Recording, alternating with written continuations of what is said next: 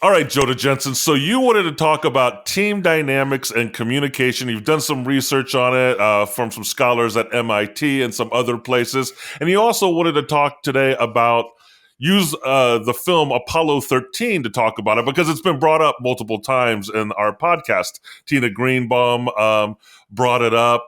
Christina Inge brought it up. And I believe Michael brought it up, right? Michael Picci? Yep.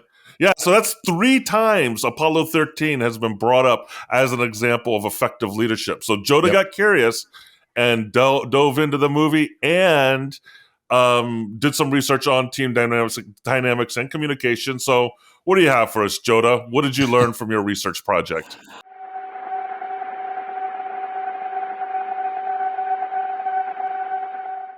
Oh, well, I don't know if I learned. Well, I definitely learned stuff. But I found, first off, I want to say, hadn't seen the movie Apollo 13 since it came out in 1995. Oh, really? My wife loves disaster movies. So, and she especially likes Tom Hanks disaster movies. And so she's made me, I've watched that like 100 times. It's like, oh God, this again? This again?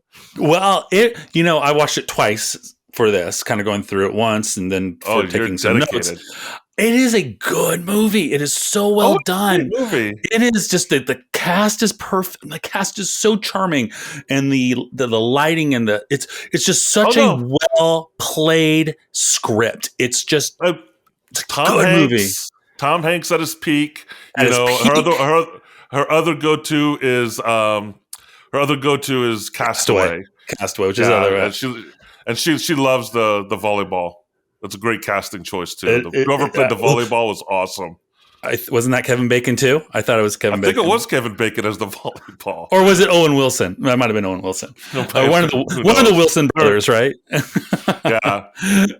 Yeah. Great movie, man. So, and clearly, that movie is solid, and it's for those who haven't seen it, don't know about the action. It's a true story. That is why it's so incredible, because it's a freaking true story. Almost, I don't think they took any artistic license, or they did, but as far as the fundamentals of what happened, they took no artistic license.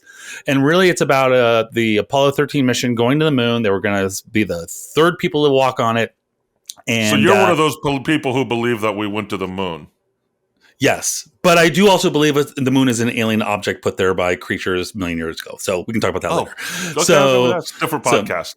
Right. So they go to the moon and they try to land, but on the way there, shit hits the fan. Oh, can we see shit? Boop, hits the fan. And I'll bleep you out. Yeah, please. And bad stuff happens. So fix all the times you're clipping too. oh my goodness! I'm going to bring down my. Oh, you know what I'm going to do? Let's do this. There we go. I think that'll help a little bit.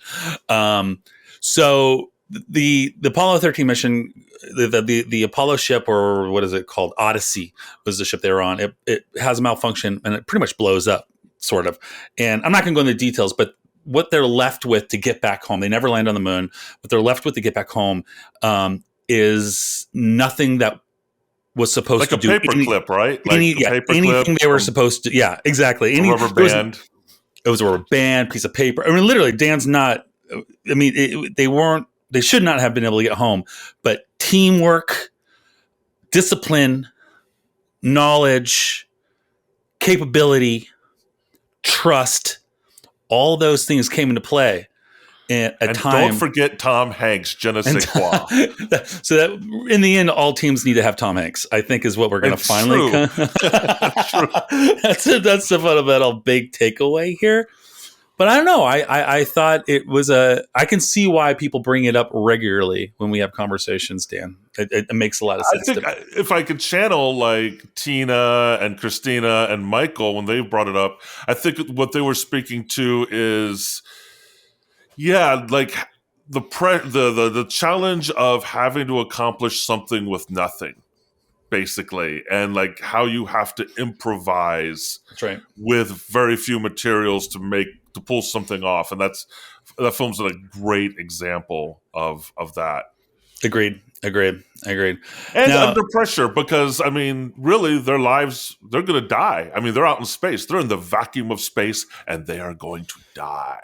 yeah, they are in the most inhospitable spot a human being could be, short of being in the center of the sun. I mean, this humans should not be there for all intents and purposes. And I'm going to ask a question, but real quick. So the movie starts: Tom Hanks, Kevin Bacon, Bill Paxton, Gary Sinise, Ed Harris, Kathleen Keeneland. Great actors, fantastic. The characters they play: Tom Hanks played Jim Lovell, who Bill Paxton played Fred Hayes, Kevin Bacon played Jack Swigert, Gary Sinise played Ken Mattingly, who was supposed to go on the Apollo 13, but they thought he was going to get sick, so he had to stay back. But he does play a pivotal role, a very Yeah, he important helps role. in the command and control center, right? At He helps them. Cape Canaveral. Not just that, but he gets them back into the Earth. Remember, they needed a way to Or get the Houston. system, get the system back up and running with the limited power they had, and he was critical on the ground getting those procedures in order because otherwise they weren't going to get it. And then Ed Harris played Gene Kranz, who was basically the mission control person. So those are the characters. Actually, Ed Harris's character, and maybe it's just Ed Harris himself, it's probably one of my favorite characters in that film. Probably even more so than Tom Hanks's character. What he's doing in the control room to bring the team together and really he's the one who gives them the challenge. Like, you've got to help these astronauts figure out how to solve this problem so they can come home and see their families. I don't know if I agree that he was my favorite character, but Ed Harris is just always a charming actor.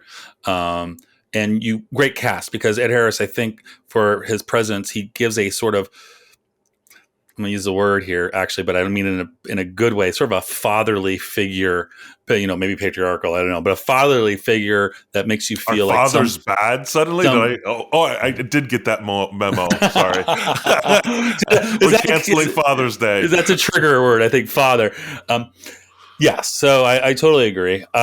So in watching the film, and I think I got some takeaways, and one of the first big takeaways in the film, again, in relationship to sort of leadership or management or things like that, one of the big things I got, and it's just an overarching umbrella, was the notion of always being ready to take on the opportunity, being ready for moments that will help, I don't want to say let you shine, but being ready to be prepared to have things come, because you might not be in a situation, the situations that you want to have happen might not be happening when you want them to happen.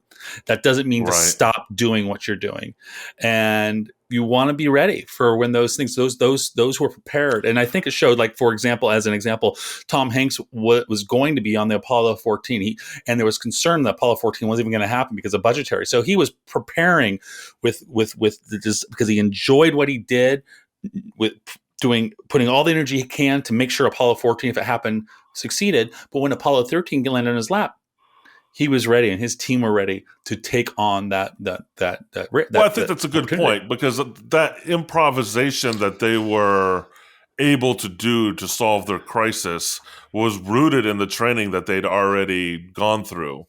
That's right. This is why, I'm a big advocate of crisis management and crisis training, that you want to go through those drills, you want to go through those exercises to make sure that you're prepared. And, from the astronaut's point of view, having the knowledge of all the systems in that ship that you're piloting, so that you know what to do in case a crisis emerges. So you've thought through those contingency plans. Yeah, and that again, watching that movie, I am always fascinated by I'm trying to think of the term. I'm looking, not the discipline, but the fact that all three of those crew members, there were just three people on the ship, were intimate with that ship. They knew they functionally kind of knew the wiring. They knew. I mean, if you look at it was a menagerie of. It made a jetliner a ship look like a Tinker toy. I mean, there was just so many switches and buttons and knobs and lights and blow, and they knew them all. They knew them because they went through and practiced over and over again. Yep. Studied the mechanics of this tin can that they were in. They knew what wire you could put together, which one you could flip back and forth. And it was that discipline of understanding the space that they were in to the T that one can argue was one of the key factors that got them back home.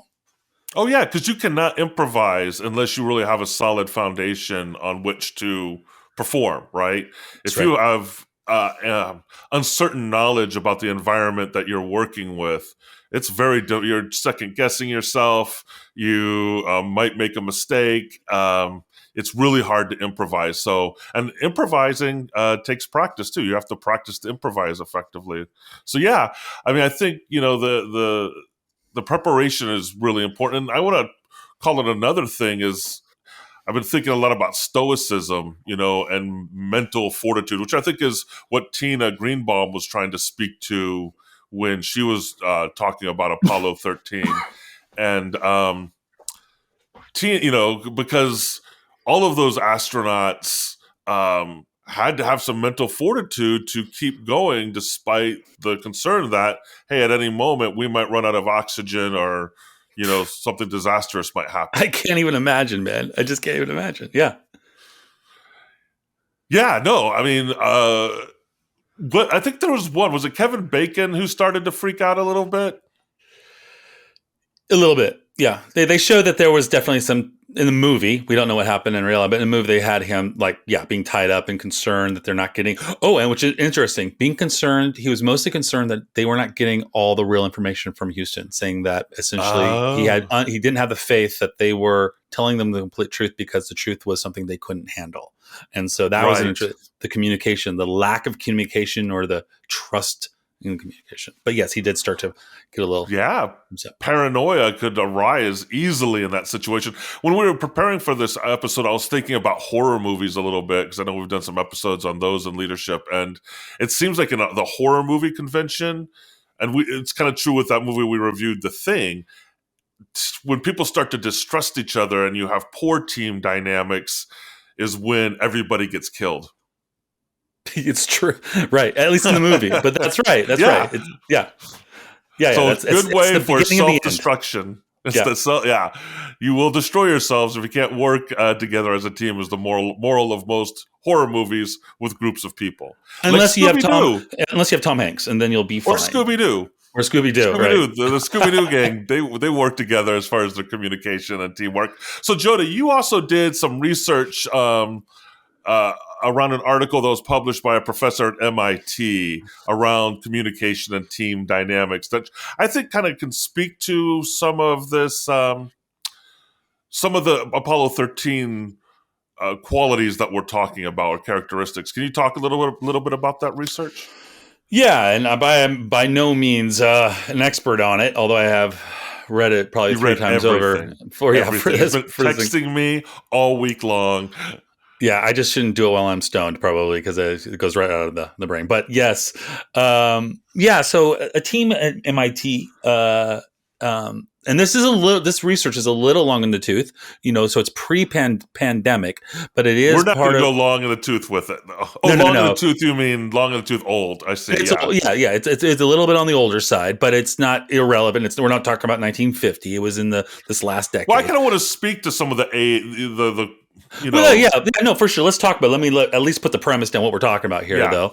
And so they did some studying where they had these little badges that they gave some people, and they're probably still working on these today. They gave you this telemetric data around certain engagements you had in teams, and that part is interesting because it helps give the validity to the information. But what I was really interested was what they were saying. I'm going to, for now, just assume that they collected data pretty sufficiently to assert some. And I want to just comment on that technology for a second, which is kind of crazy because the way it's described in the article, they're wearing these badges and it has sensors that are picking up how often people are talking, gestures, physical proximity to people. Because as Jodah will get to, the premise has to do with in-person meetings, but it's fascinating that they've developed these devices. Leave it to MIT. Collect all this data. Of course they would. And it's just a badge you wear, and they collect all this physical and vocal because it picks up your tones too, how you're speaking. To collect all this data, it's fascinating. I thought Yeah. Chat GPT was scary, but that actually scares me a little bit more. Well, and someone brought that up, and the guy who created said, "Oh, it's nothing like an automated version of listening in on a room, right? Because when you listen in a room, a group of people, you can kind of understand the nature of the room of a group of people by just listening, not even knowing what they're talking about. You can just, and that's kind of what this was, except it is a Chat GPT version. It's an automated version. So they gave The these to other thing people. I want to talk about one other aspect of it that popped into my mind too, Mhm. related to the research methods, because when you're doing like another way to do this would have been just to observe people and their interactions, like a human observing them. But as we know, when you introduce a human element, people are aware of it. So how accurate are you how accurate is the reality that you're seeing? And the thing they bring up about the badges is, yeah, at first people are self-conscious about them, but after a period of time, About an hour, I think, the is what they said. Yeah. yeah, but after an hour, they start to forget that they're there, and so you're getting more authentic interactions. Or do they? Right. So again, Well, setting that's the aside, argument. right, setting aside some of that stuff for sure. So they gave these badges to a bunch of people and at different kinds of companies. I think there were organizations, the hospitals, and different types of places. And the key one that they bring up was at a call center, and they got some good data information that we might be able to share here on that. That suggests the evidence of certain directions. And then what they wanted to see was what created optimal teams, right? Not optimal performers, optimal teams. And they came up with some interesting findings. And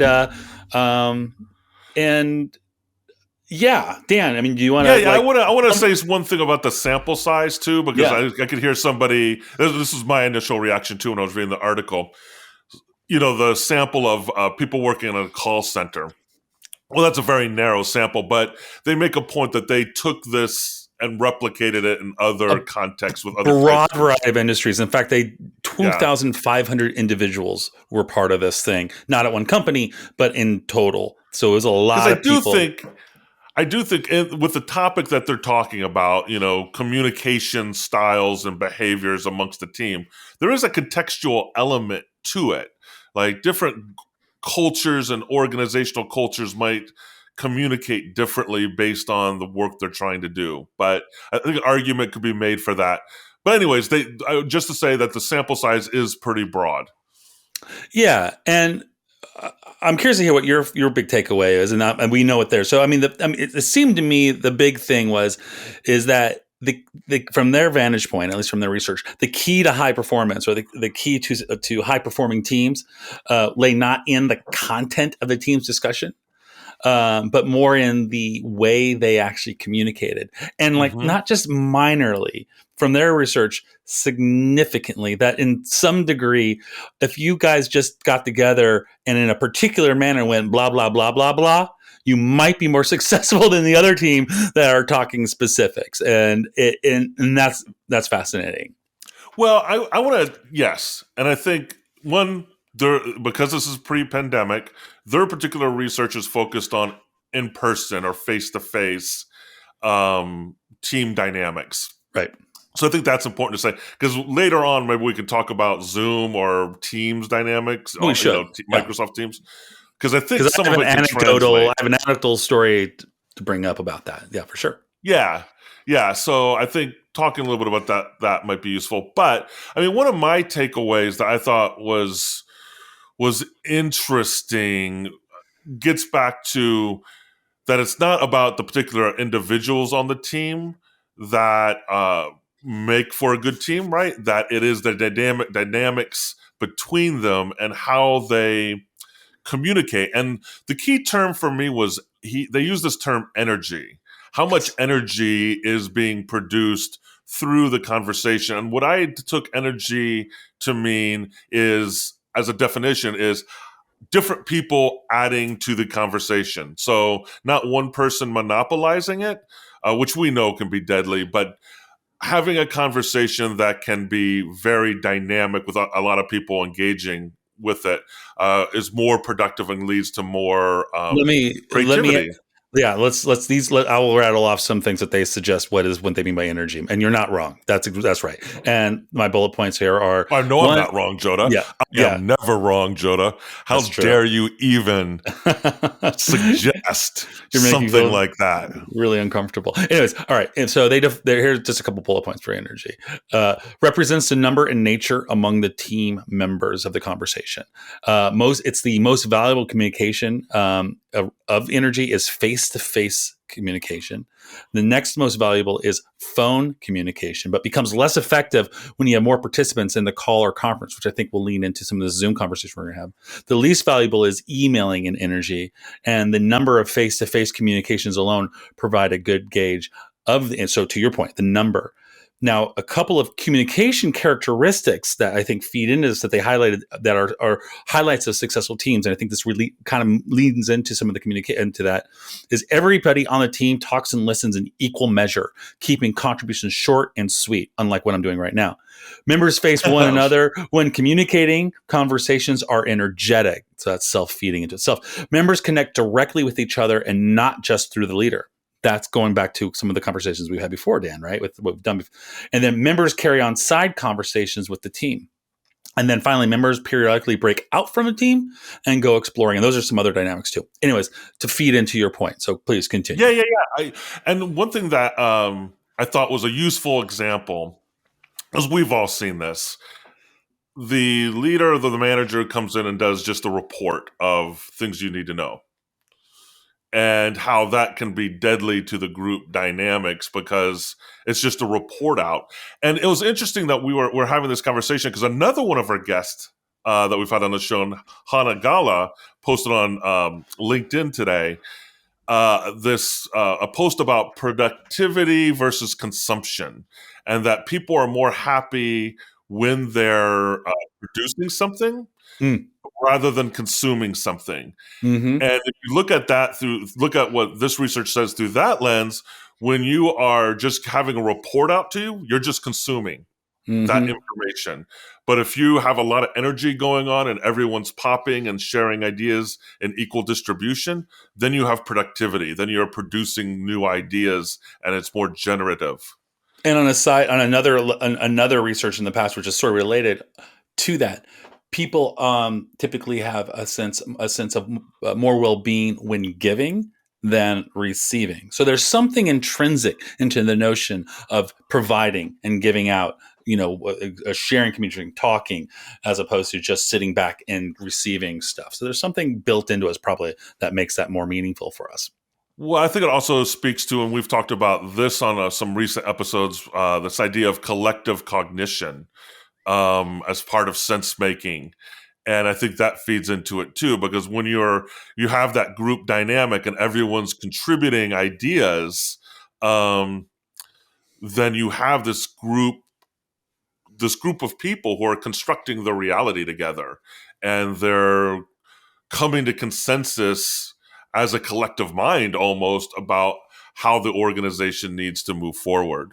And that brings up the other ones too. So I don't want the audience to walk away without kind of knowing what the takeaway was here. And the takeaway was that they said there were 3 contributing factors to a team that make them highly productive or successful.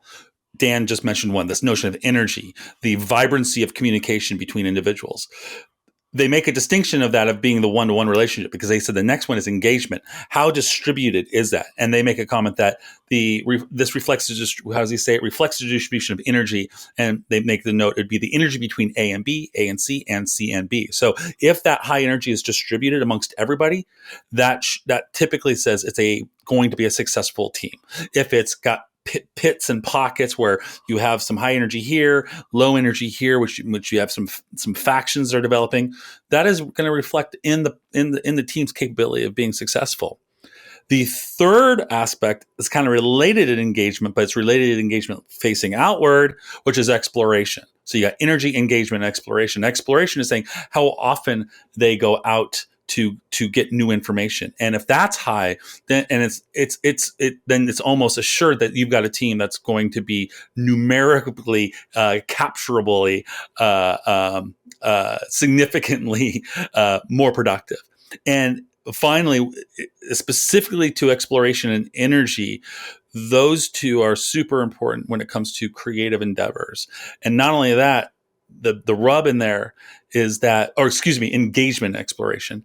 But the rub in there is that they take energy, and they both take energy, whether you're going to go out or you're going to go inward, and they actually conflict against each other. But good teams figure out that conflict, that balance between intra-communication and extra-communication. And that balance is found by teams that are successful. So those are the three components that they say are super, super important for a good team. Yeah, no, and that definitely resonates with me on the teams that I feel like where we've been very productive.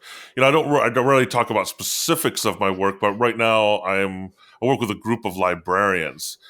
And this also gets me to thinking about systems thinking, some of the Dan Ed stuff that he spoke about, like leadership as a system.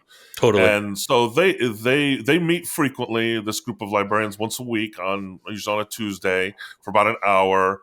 The group dynamics are reporting out different things that they're working on, coming to collective sense making. And I see all these positive dynamics that you're describing from this research in that group, including, and I think this is an important key point, is also going out and gathering more information.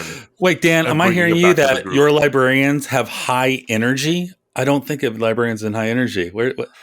Sometimes it could be high energy, even though it might be quiet energy. That's true. Quiet, high energy. Right? Good point. Yep. There's still, I would say yes. But it's not high energy like, a rock Raucous. band It's energy, raucous, but yeah. it's not raucous, but it's quiet, thoughtful, high energy Yeah. and engagement, right? Yeah. That'd be interesting to do a little analysis and bring it back to see. I'd love to know how affected, like how in what areas, like engagement, exploration, energy, in what ways those metrics are being not mapped, but how they line up with this team of yours. That'd be. I would be interested too. If the researchers out there want to contact us, I'm all for it. Give them the little thing, Yeah. Here, where'd this name tagging? But we're mostly meeting on Zoom. I mean, we're meeting entirely on Zoom. That's right. Right now, and That's right. for these meetings, and even though we're on campus and stuff like that, it just becomes more convenient because everyone's in such disparate places to meet on Zoom. And I still see those group dynamics happening in an online environment. I know at your work, Jodah, when you shared this out, there was shock and awe among some of your colleagues. Shock and awe amongst some of the remote workers. I'm surprised I still have a head right now at this very moment. Yeah, yes. They were very triggered by the in-person aspect of this research. I was sharing this research because I find it fascinating, and my takeaway is probably very pedantic. I can see how one can assume certain things from it, and I think you can kind of assume certain things from intentionality. But it was made before the pandemic, although it was made during a time when distributed working was beginning to happen, so it wasn't alien to it. But it wasn't part of this conversation at all. And I shared this knowledge with my team members, and the response was they translated me saying that I was saying, hey, everybody, for us to be successful teams, we need to stop working from home. And that was not what I was saying, but the conversation on the research became less about the research and more about how, no, I'm great working from home. I'm really good at working from home. And how dare you make it so that I should ever have to come into the office again? And I get it, because certain people are more efficient and effective working from home, and that's a fact. But I think the thing one has to realize when you're reading this thing, this isn't suggesting that these things make you a better or more productive individually. This isn't what this isn't what the research is talking about. I jokingly said the research actually kind of alludes to the fact that you could have 1,000 people, the most productive people in the world, and if they're not highlighting these traits from this research, it's about the team. You won't have a successful Right. team. So this isn't about your own personal capabilities. It's about how your capabilities interact with you. In fact, the article actually explicitly says that how you communicate is way more important than any one person's individual intelligence. It actually suggests that even that your own personal capacities of being efficient aren't nearly as important as they are to the or to how you communicate for the particular team you're part of. I find that really Yeah. interesting. Yeah, and I would agree, right? I mean, the extreme example is the monopolizer, right? The person who kind of gets up in a meeting and just monopolizes the conversation. It's about their agenda, and they have an opinion about everything, and nobody else can get a word in edgewise. That automatically kills a meeting.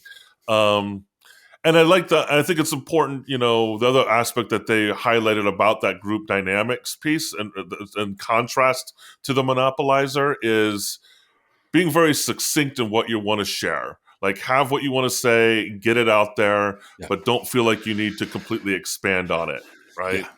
Yes, and I think Dan is referencing what I typically do on this show. Yes, Dan, I will be more succinct on the show. Watching you, Jodah. Watching blah, you. Blah, No. blah, blah. Well, I think we both do plenty of that. But yeah, so I would argue this isn't an argument for going back to in person, because I think wouldn't either. you could map what they're trying to argue to a Zoom meeting or Microsoft Teams Totally meeting agree. or whatever platform whatever platform you're using. And I think, I feel like sometimes from a leader, I've been thinking about this a lot because I'm doing some interviews just as practice. Job interviews. I sometimes like to go out on job interviews just as practice. It's a good thing to do. I'm not really actively looking. But you never know what might pop up. Anyway, so real quick, I think of job interviews today in the modern world as networking. That's how I see them typically, and that's how I approach. Oh yeah. There's one interview I did where I might go back and say, hey, if you want a consultant, I'm not probably going to be able to take the job, but if you want a consultant, I can do that. Yep.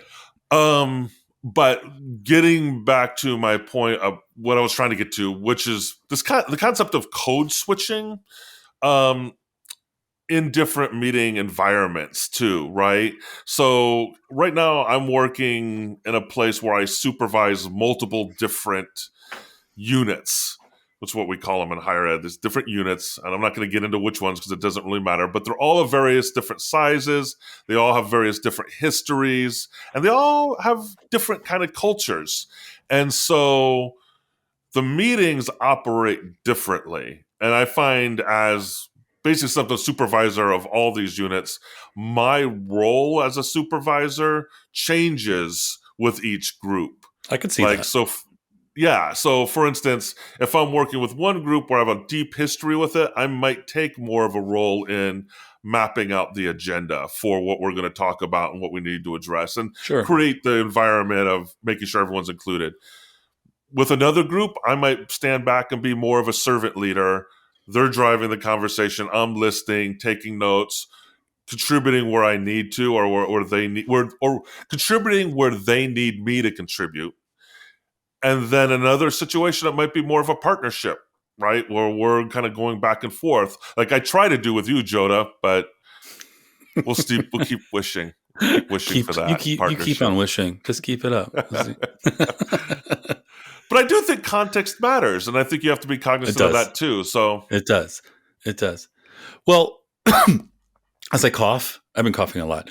I'd like to talk about the other thing the Zoom aspect. What's your take on how do you map this research? What are your first thoughts on mapping this research to the modern day world around us now being distributed and having so much of our communication via this kind of technology? Yeah, well, mediated through Zoom. We both agree that the research doesn't necessarily imply anything. I think it kind of does. I think it kind of suggests that there's a magic of being in person that maybe can't be reproduced, or maybe it can, right? But what's your take on that? With now that we are 12 years after this research.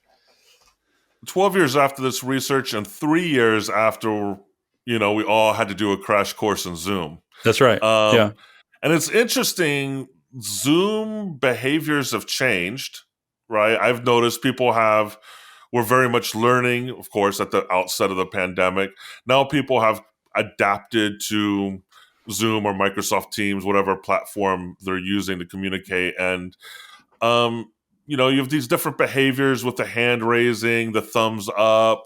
I know in higher ed they use this term stack. I don't know if they use it in tech, but in the chat they'll say stack when somebody wants to speak next. So there's kind of this self-organizing aspect to Zoom, which feels a little bit more formalized at times, right? Than kind of a in-person brainstorming kind of meeting. But I still think you can have those kind of more free flow brainstorming kind of meetings on Zoom as long as everyone's in agreement about how it's going to proceed, right? Like, this is what we're going to do.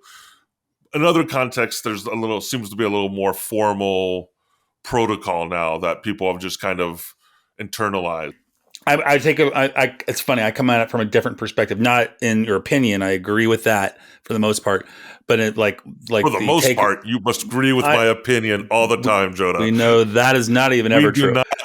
We do not like plurality of ideas on this podcast. Dan Borg. No. So, I guess I would just ask people who read this or think about this data is just look at the specifics of the takeaway, right? So, for example, energy.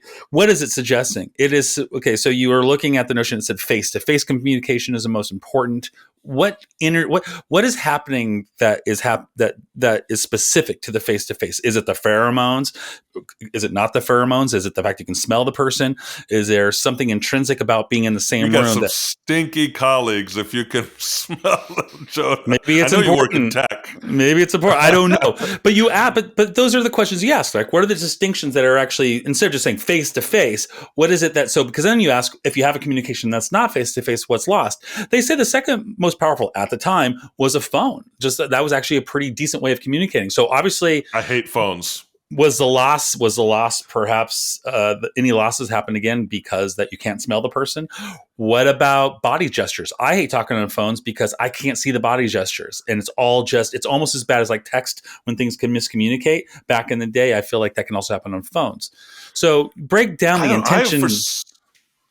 Phones for me just seem like a bother. I hate phones. I don't mind email. Love email. I love text too. I don't mind them. For some reason, I've gotten to this place in my life where, God, just picking up the phone and talking to somebody seems like a chore. But I'll video chat with them.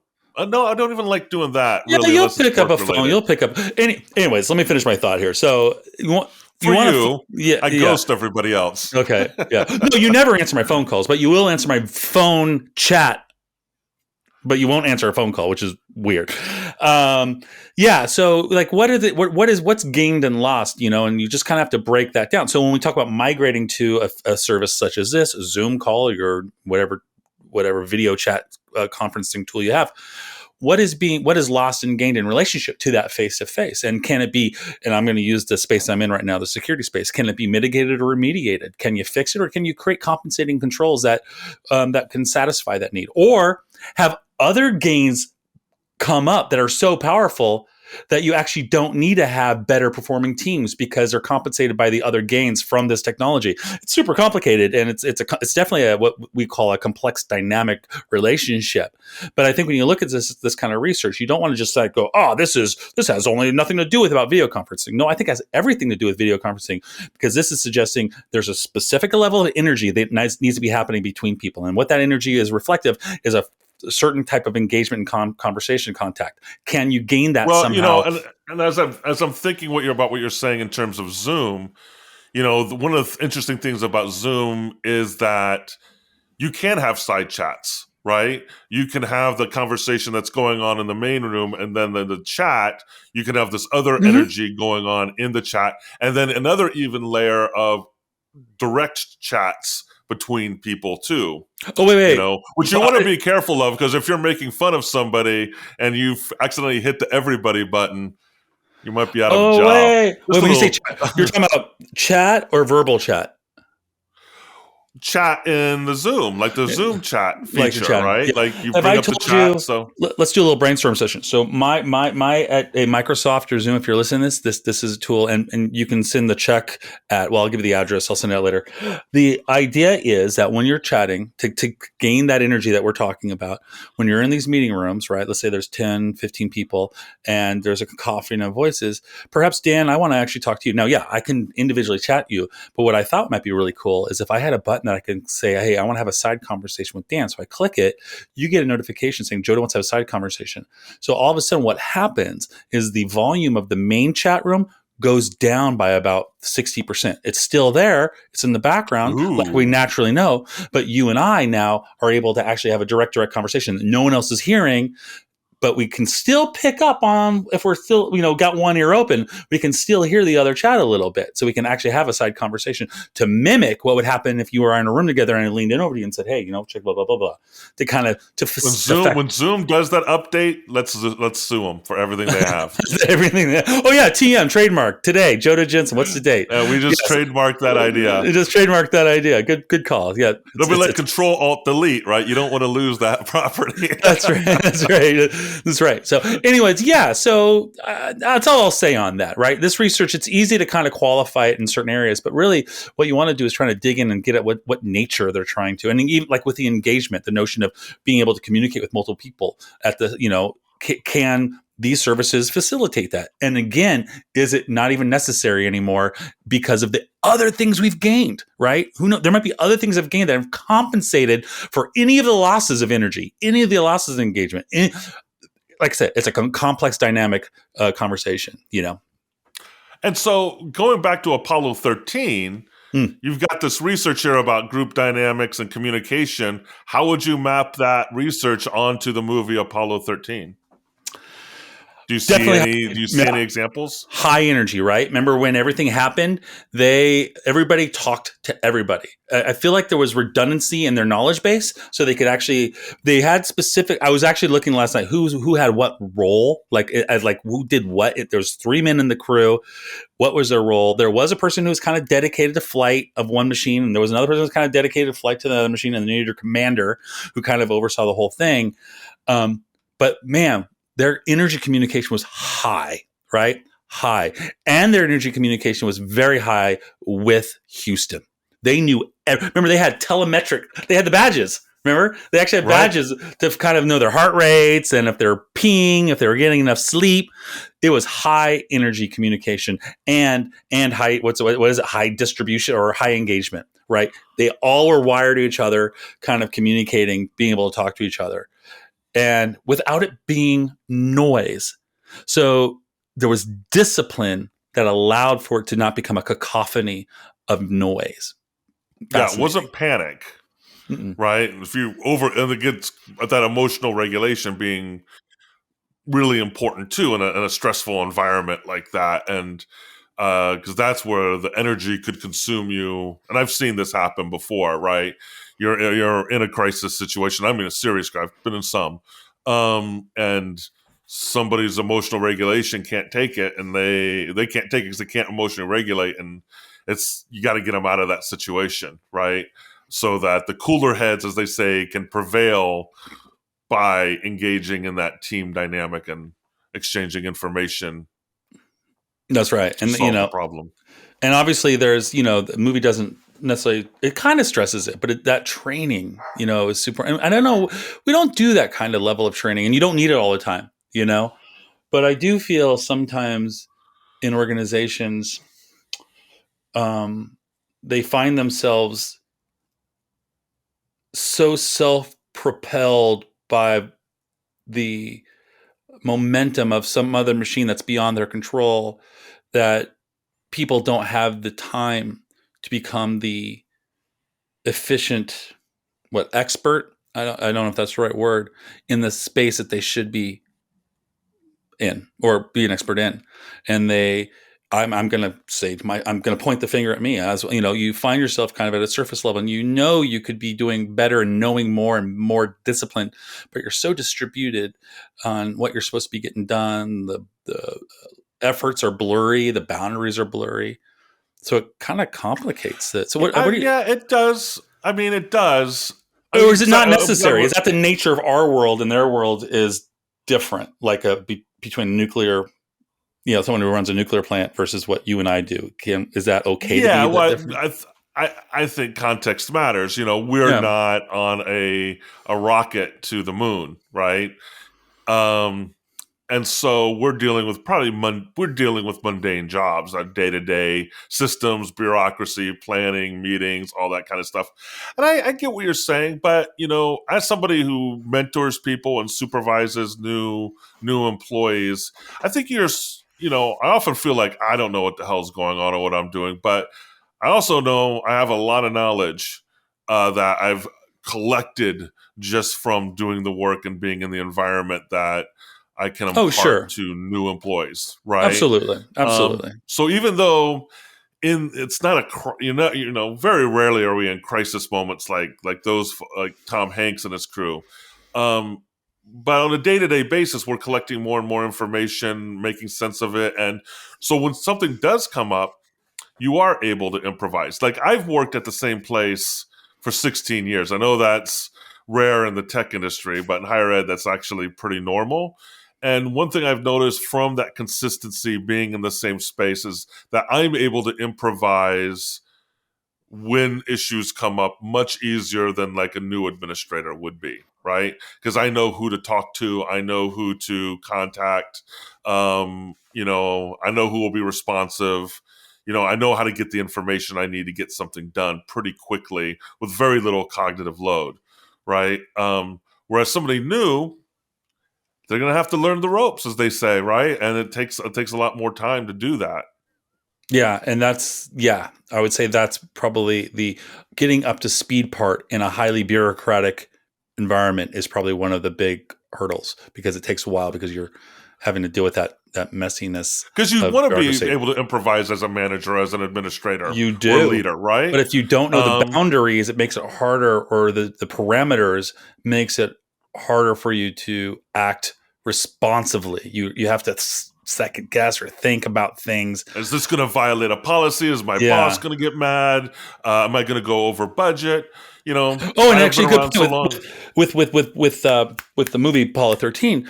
He was asked to turn these tanks, which was just in the movie. It's flipping of these two switches. Click. They said, and Houston asked him, "All right, we want you to do these things, just preliminary, blah blah blah. Do this. Okay, cool. Check. Okay, no, we need you to rotate this. Okay, click." That's when everything right. And to this day, they don't think Swigert was the one who did the switch. They're not. It wasn't his fault. He did what they asked him to. There was a short, but there was a question as to whether he was reading gauges enough that he should have been able to know that he shouldn't have done it. Like I said, he's been exonerated that was not the case, but in the ship at the time. And so when it came later on to him having to do some other switches, he actually, to our point, there's a funny point in the movie where he wrote on a little sticky note, "Don't press." And he put it on top of this other button, and they came in and goes, "What's this way?" He goes, "I was getting kind of punchy, and I wasn't sure about my decisions. I didn't want to make sure I was going to leave you guys behind in the other ship. So I didn't want to make sure." So even in the, he was put in a position. He lost confidence because of decision making that his team member kind of blamed him for. Remember, Bill Paxton was like, were you looking at the buttons? Were you looking? So all of a sudden that created that bureaucratic sort of structure on his brain, made him second guess himself. And he did the right thing, but you can see that's the beginning of now he had to go that extra step to create a note and do that as opposed to doing something else. Right. And it was the right move probably, but you can see that's the beginning of more and more paperwork. That was the beginning of paperwork on Apollo 13. Yeah. Well, when I hear that anecdote from the film, I think of the concept of no fault learning, right? And of course, Bill Paxton's character is in an emotional state because they're hurtling to their death potentially. Yeah. So of course he's gonna like, "You dumbass." Oh, that would be me. Bleep that out. Yeah.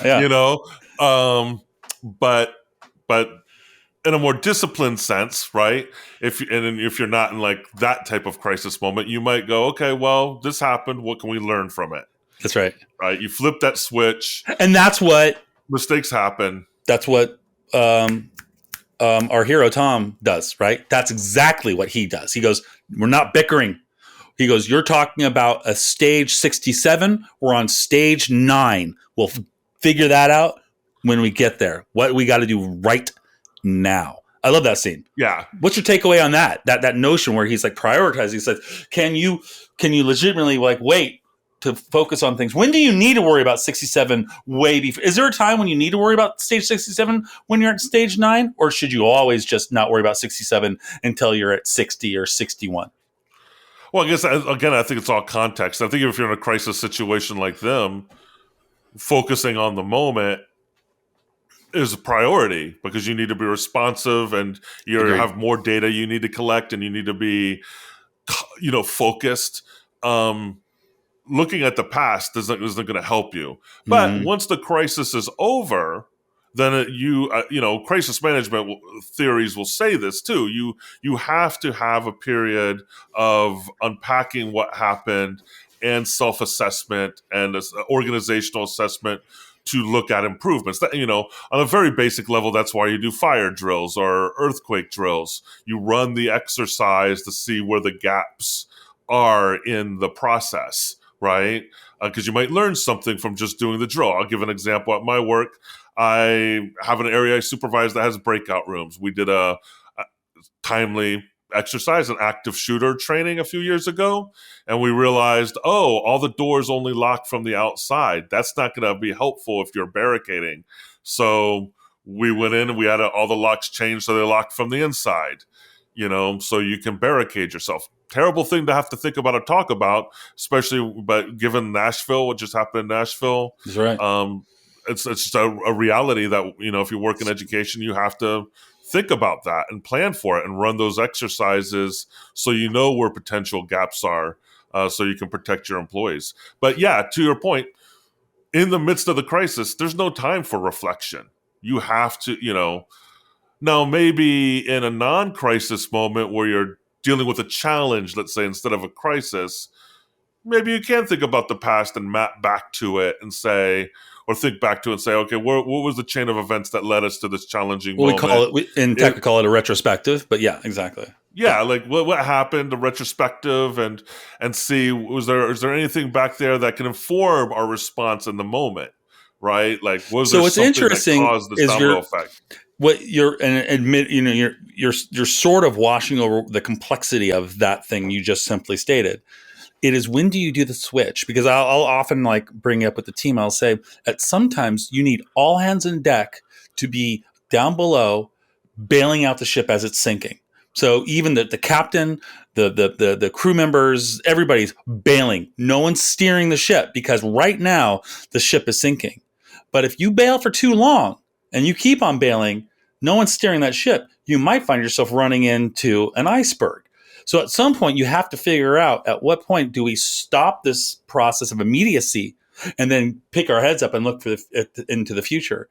And I think that's where the complexity really comes into play, is at what point it's where those two pieces meet that comes into the problem. And again, these characters in the movie, they know exactly, right? Well, because partially the whole movie is about them having to just get one step to the next, because there's no plan in the future because there is no future unless this next step is successful. So let's just do next step and then we move to the next thing after that. But the movie exemplifies that concept of knowing just how far ahead to look to do the next thing. So I found that cool. Another interesting thing about the movie I thought that was exemplified was the notion of adaptation. They adapted. Yes. Everybody adapted all the time. I mean, they were plagued with unexpected catastrophes. That's kind of the running joke, right? Like at the end of the movie, very end of the movie, when they're about to come home, a guy comes up to Ed Harris's character and says, there's a really good chance that they're going to there's be a hurricane where they land, but the odds are against it. And Ed Harris goes, not if they keep on having their luck, like they just keep on the movie could have been renamed Murphy's Law, right? Because it was like one bad thing after the other. But to your point, Dan, they kept their heads cool and they adapted again through great communication, high energized communication, which probably gave them a sense of being connected while they were still out in the moon. They were probably feeling at home because of that connection. I bet you that helped a lot. That goes. Sure. Yep. That goes to that sort of like when you have workers who feel isolated, they start to become lower morale as opposed to they feel connected to the conversations. But they adapted. Yeah, if they had lost contact with Houston, it would have been over, Or it right? was That bad interconnectedness. contact or choppy, But I just love that scene where they come in and they have to create that filter for the air thing, for the carbon dioxide, and they go, all right, and they throw on, like you said, a paper clip, paper, but we've got to make a filter out of this. This is what they got on their ship. And they made this thing. So their ability to adapt under the most horrendous circumstances, where many people would say, we're done. You're out. You're going off into the universe, guys. Enjoy it. Here's your loved ones. Say goodbye. They adapted and they got it's astonishing that they got those guys home. Yeah, It's astonishing. it is astonishing. That's what makes them heroes, right? They Yeah. overcame a life or death situation, kept cool heads for the most part, worked as a team, solved the problem that they faced, and saved themselves, and probably the reputation of NASA too, because they had died. I think NASA has been impacted. Challenger and other accidents. Yeah. It does have an impact on public support. So It does. what would have happened to that whole Apollo program had they perished? Yeah. Like, I can't forget if a group had died before, because there was one Apollo trip where there was disaster, right? I forget though. I don't know if there was an Apollo disaster. Fred Harris, the character, I keep forgetting his name, the actual guy, made a comment. NASA has never had a man die in space, and we still won't. So up until Apollo 13, Right. no one had died in space. There was that fire that they make allusions to in the movie, right? That he knew that where they died when they were still on the tarmac about to leave. But that's what I'm thinking of. Yeah, And they all burned to death because they couldn't get the thing open. But it wasn't in space. It was at home. They were on land. So on Terra. Yeah. Because I mean, there are pivotal moments in our lives that stick with us, and I think the Challenger for me is definitely one of them. I remember being in fourth grade and watching that go up, or fifth grade, and watching as it happened live on TV. And in that case, there was nothing they could have done. It was baked in. Unless Tom Cruise or Tom Hanks was on it, and then Tom Hanks was on that shuttle, would have somehow then they would have lived. They would have all lived somehow. I don't know how they would have done it.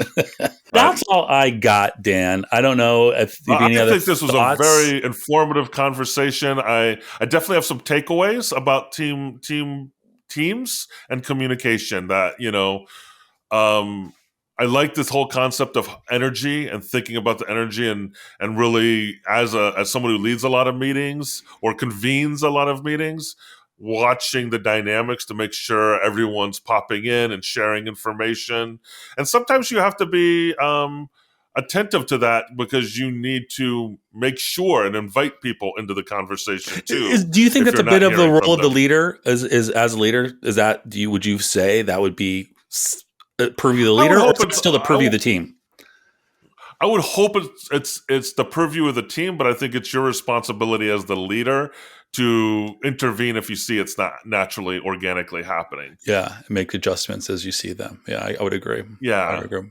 Yeah, like, so if you see there's some people who might not speak up and they might have really good ideas, making sure you're like, okay, we've heard from everybody, but do you have something so and invite them in. So I think and making sure that they feel welcome to participate in creating the energy into the room. Did you feel because I'm going to say I do. One of the advents of these Zoom meetings that we're having now in modern day culture, that there is more attention to that equitable communication inside these meetings than there used to be. Like people are a little more attentive to that concept of what you just mentioned due to the technology. I think even Michael Peachy talked about it when we spoke to him on his episode on distributed leadership. Yes.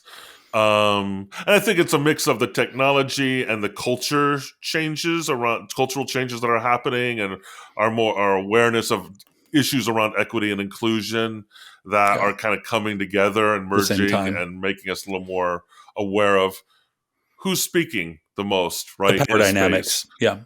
Yeah. The power. Yeah. And making sure that you're standing back and you're conscious of when you're doing that and when you're contributing and how you're contributing to the conversation. So creating that energy and making sure people are able to participate, so you have those multiple modalities or multiple points of energy popping up within the group, and then also going out, gathering more information and bringing it back to the group and making sure that cycle is happening. That's the part that resonated with me, I think, the most, as far as like kind of being confirmatory, is that notion that teams sounds need like to go. Crematorium. Yeah, no, I think it's confirmatory. I think that's a word. Look it up. Tell me I'm wrong, Dan. Tell me I'm wrong. Confirmative, maybe it's confirmative. But is that this notion of going outside of the teams? It's something that I have been leading with in my field for past 10 years. I feel in the role that I am, I kind of find myself in that maven role. I make meetings with groups of people that under certain kinds of conditions that they just never would have had meetings. And so, and these meetings are meant for alignment and assumption workshops, and getting people to share each other's ideas and understand where people are coming from. Not everyone works in tech, Jodah. What's an assumption workshop? It's what it sounds like. It's basically getting a group of people into a room, and throwing their assumptions up under a specific topic. It could be anything. Hey, we're going to build this thing. We want it done in the next 3 months. Throw out your assumptions. Oh, I think that this is going to be hard to do, or I think that we need to focus a little bit on this. We got to put some cycles on this, otherwise we're going to fail. And just anything that it's a place to bring things kind of a brainstorming session. It's sort of. You're not really supposed to. It's not. I mean, you can, but if you walk away with just the assumptions, that's fine. You don't need to have any solutions, right? Because then the assumptions, in the end, you basically go, okay, what do we need to? What are the takeaways from the assumptions, and what further steps do we need to take based upon these assumptions we've thrown out? We've discussed. It's a powerful tool. It's kind of a space where thoughts like that wouldn't have an avenue under normal circumstances can kind of get out. It's just sort of anyways. So, I think that it is important though, but going back, I don't know how we got on that, but I do find it valuable. I find I go outside of my team regularly now, and I find it extraordinarily powerful and important. And it's hard for me to believe that someone would think otherwise.